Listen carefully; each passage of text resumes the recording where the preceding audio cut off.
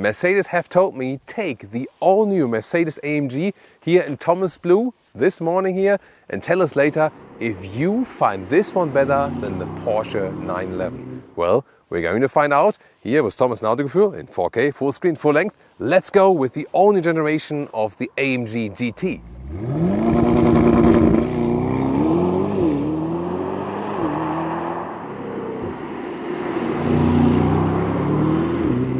This beautiful matte color. You can even hear it that it is matte. It's called a spectral blue magno. Yeah, definitely a looker, right? Of course, you can also go for different colors.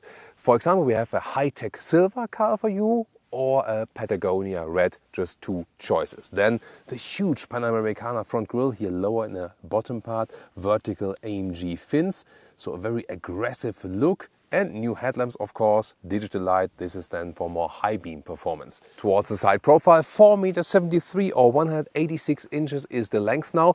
If we compare the predecessor, that is now 18 centimeters or 7 inches longer than the predecessor. So massive gain in length, and also new 2+2 seater concept on the inside. We'll soon find out more about that. Wheels 20 inch or here 21 inch, the bigger ones, with a nice aerodynamic optimization in this ring here. Brake calipers here in black, but you can also get, for example, yellow ones. And later on you will also be able to order the carbon ceramic brakes. A very sleek look here at the rear because they work with active aerodynamics. Soon going to show you how this rear wing spectacularly lifts up. You can of course also go for an alternative fixed ring. That's a really large one if you want a very loud look, but this one is definitely the more elegant solution. Suspension wise, interesting. It's an active suspension with hydraulics, and in the sport mode goes stiffer and also works with the anti-roll control. So they're all connected. It's like this whole hydraulic system, and then they can actually pump more hydraulics to one side to make it stiffer and the car stays upright. Very interesting. In the lower part here visually, black contrast really large, and Autogefuehl fake exhaust police alert because here the outer tips are fake, real exhaust on the inside. And technology wise also very interesting, comes as standard here for this one, the rear axle steering up to 2.5 degrees. The rear wheels can turn in the opposite direction at lower speeds, but here the threshold is 1 km/h or 60 miles an hour. So even at that speed you still get more agility. Above that it steers in the parallel direction for more stability. And now, spoiler alert, in this case literally, are you team spoiler or are you team non-spoiler? Tell me in the comments. Turning indicators, we have here this 3-dot structure in the front, and turning indicators here in the rear underneath the normal lamps, really wide. And here at the steering wheel I can activate the lift function. Then the front of the vehicle is being lifted 3 centimeters. That's a helpful function for a basement garage or something, or where you have like some steep exits or entries to not damage the vehicle. And what we also have is active aerodynamics here underneath the vehicle in the front. This is extending, and this actually gives you more downforce in the front without having a negative effect on the rear. That's very interesting. And the second part of the active aerodynamics we find here at the rear. That looks really spectacular, doesn't it? So I can also activate or deactivate it from the interior at the steering wheel. However, it's also deploying automatically at certain speeds. This is the key fob, feels kind of cool, AMG logo. Then the door handles here, you slide them and then they come out. To me, it's always just more complicated, you know. So sometimes you easily want to get in the vehicle, then you have to wait for that. Or what do you think about that? Door closing sound is not that good. It's frameless though. Some rare vehicles have good sounds when they have frameless doors. Then inside of the doors, everything is not with black plastic, also in the lower part, also inside of the door pockets and so on. Then a lot of high gloss black piano lacquer, we know that. Here the seat control for heating and cooling, for example. Then we have a fat AMG entry badge right here. And of course the AMG steering wheel with 2 horizontal spokes. This, once again, the hashtag capacitive BS controls on the steering wheel. But cooler are these ones here, so the buttons where I can activate the rear wing, for example. Seats, these are the normal sport seats. However, you can also get optional performance sport seats, further bolstering in the shoulder area, and they are also available with micro-cut microfiber. These ones here only with animal skin, sadly. Here the headroom with 189 or 6'2", still some headroom left. This one here is just a manual shade for this glass roof here, that's it. But yeah, I mean, the manual one is actually quite cool. It's just that you cannot open that, and therefore you also have just this blind area where you usually open the panoramic roofs. And I did take a test ride here with the performance seats for you.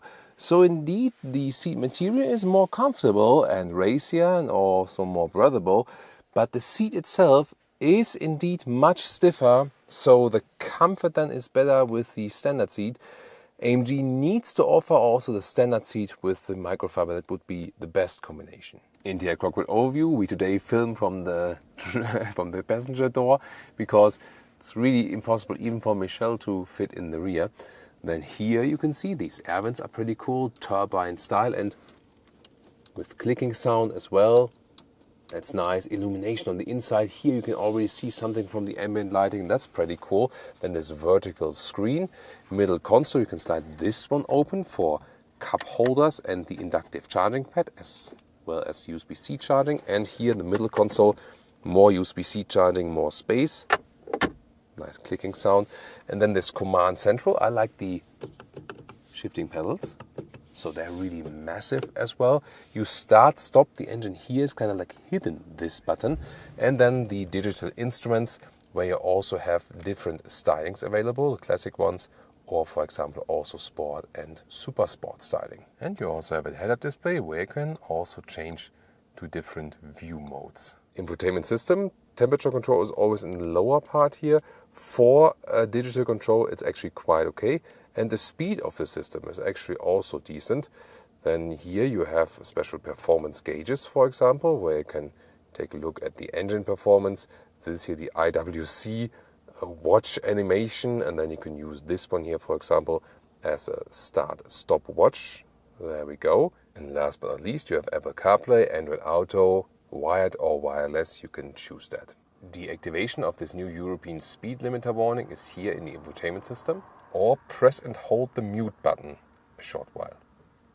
So what I now did is move the passenger seat that way forward that it's, like still possible for me to sit here, because I want to know, obviously you can't drive it with 4 tall Ls, but can you drive it with 3 tall Ls at least? So here we lift up this strap here, like we go.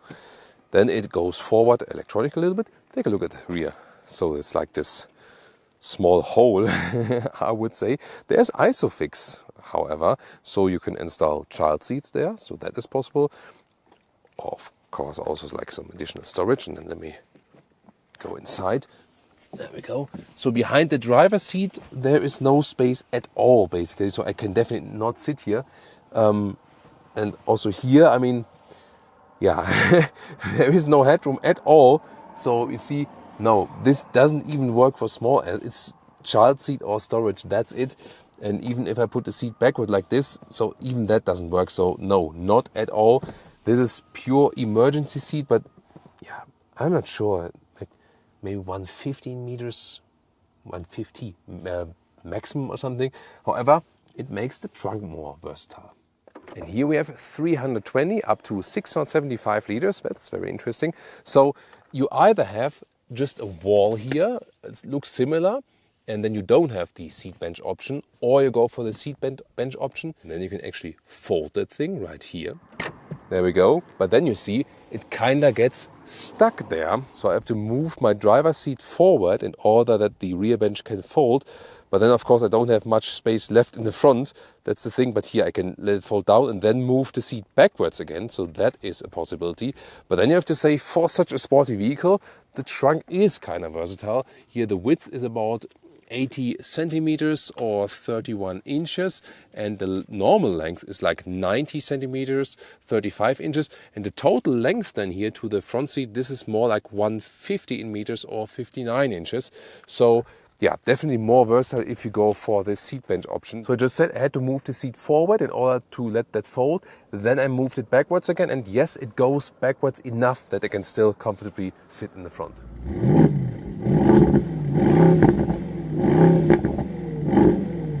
Under the hood, tada, a 4-liter V8 biturbo, 585 horsepower here in the 63 version. 3.2 seconds is the acceleration figure. There will also be a 55 version that is somewhat similar as for the equipment, just a little bit lower in horsepower, 476 horsepower then, and 3.9 seconds in the acceleration figure. And we also expect a hybrid drivetrain and maybe something like an entry version, but here the 63 is once again the pinnacle.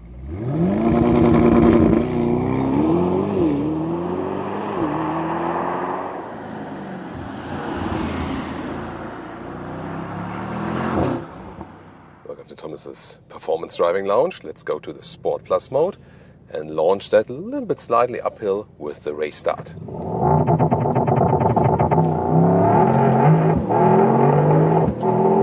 Nope, that's 100 kilometers an hour.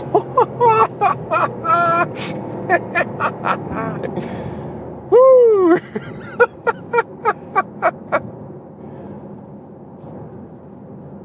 Yes, bro. Awesome. What the hell? Woo! I mean, this vehicle is like a transformer. I mean, at one point it's this really fairly comfortable GT, and then suddenly it becomes this machine, this racing machine. Wow, this is super impressive. And here also in the Sport Plus mode, the suspension is a little bit stiffer, gives me more feedback. AMG Active Ride Control.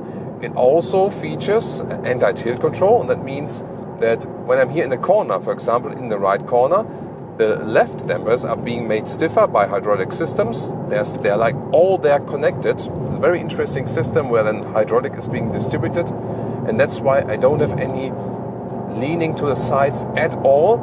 At the same time, the suspension is not super rough or something, you know, because we always have to differentiate between sporty and rough suspensions, and this one here, it actually gives you decent comfort. So of course, at the moment the roads are also good.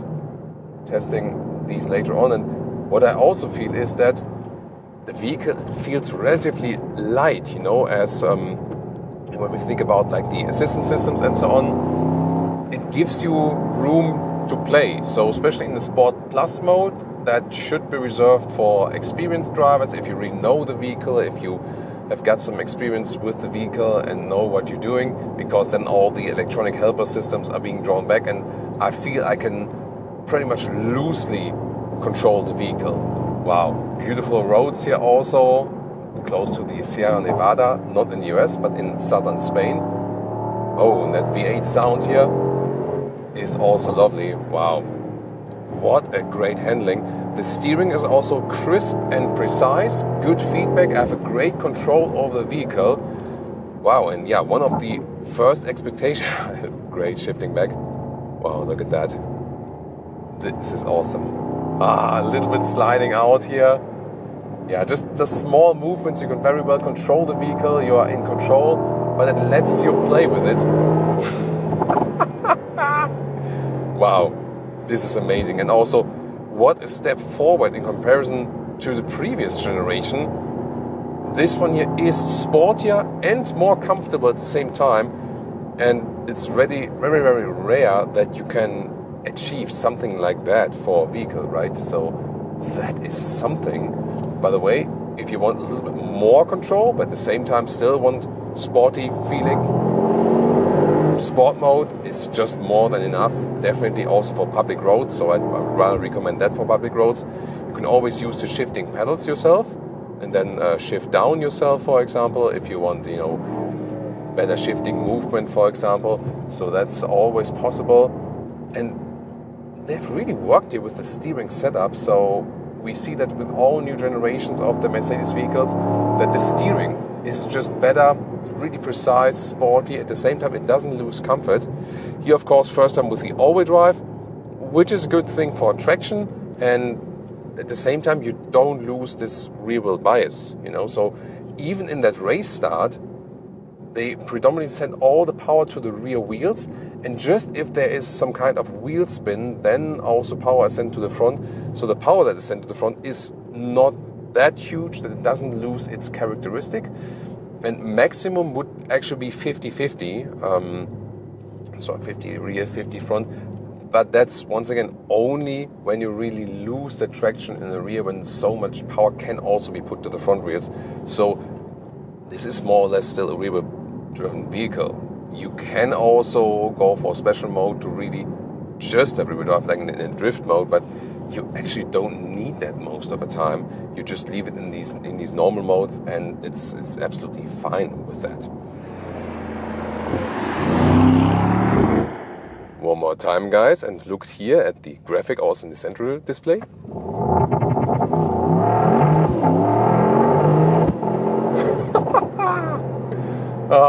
Wow, this is just amazing. Wow, and so controlled also, this race start. I love that. So this sporty feeling, initially said, can this be a real challenger to the 911? Now also with the rear bench concept and so on. And on the sporty side, definitely. Yes, definitely. You know that the direct one would be the 911 Turbo. Maybe not quite the S, but I mean, this is like point something of seconds difference than the acceleration. You can also take this one here as a 911 Turbo S competitor, no doubt about that. And then you can also put it to comfort mode, for example, and it becomes this cruiser, you know. It's a little bit calmer then, of course, from the exhaust and so on. The steering is still crisp and sporty, and you're just hooking up to the road a little bit better. Here, when you shift down yourself, or when the gear goes down, then it comes to life immediately, and you can also very comfortably cruise it. For example, here, I mean, this really attacking the roads, I would not always do that, you know. So this is also cool that you drive sporty, but not in the most extreme way. Of course, always safety first, thinking here about that in public roads, and you can really enjoy that. I'm really a fan of the suspension. It still gives you comfort. It's not that rough, and also the steering setup and so on. That's so cool. Wow. So you can use this here as a true Grand Tourer that works very well.